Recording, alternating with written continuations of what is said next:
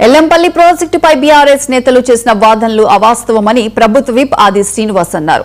Kannepalli pump house నుంచి నీటిని ఎత్తిపోకుండా ఎగువ ప్రాంతాల వరదల్లోనే ఎల్లంపల్లి ప్రాజెక్టు నిండిందన్నారు. ప్రాజెక్టు పూర్తి స్థాయి నీటి మట్టానికి చేరువ కావడంతో 15 గేట్లు ఎత్తి నీటిని దిగువకు విడుదల చేస్తున్నట్టు తెలిపారు.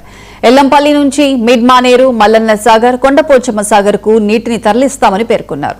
ఇప్పటికైనా కేటీఆర్, హరీష్ రావు అసత్య ప్రచారాలతో రైతులను తప్పుదోవ పట్టించడం మానుకోవాలని మండిపడ్డారు.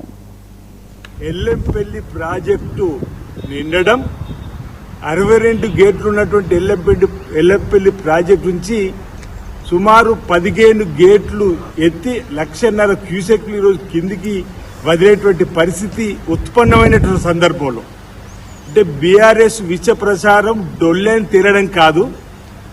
మేడిగడ్డ దగ్గర కన్నెపల్లి నుంచి మీటా నొక్కకున్నా, అక్కడి నుంచి వెళ్ళి సుందిల్ల అన్నారం నుంచి ఎల్లంపల్లికి ఎత్తిపోయకున్నా గురువారం రాత్రి 3.5 లక్షల క్యూసెక్కులకు సంబంధించినటువంటి వరద నీరు 1.5 క్యూసెక్ల నీరు కడెం నుంచి వస్తుంటే 2 లక్షల క్యూసెక్ల వరద నీరు ఆ ప్రాంతంలో ఉన్నటువంటి పరివాహక ప్రాంతం నుంచి వచ్చి ఈరోజు ఎల్లంపల్లి నిండిన సందర్భంలో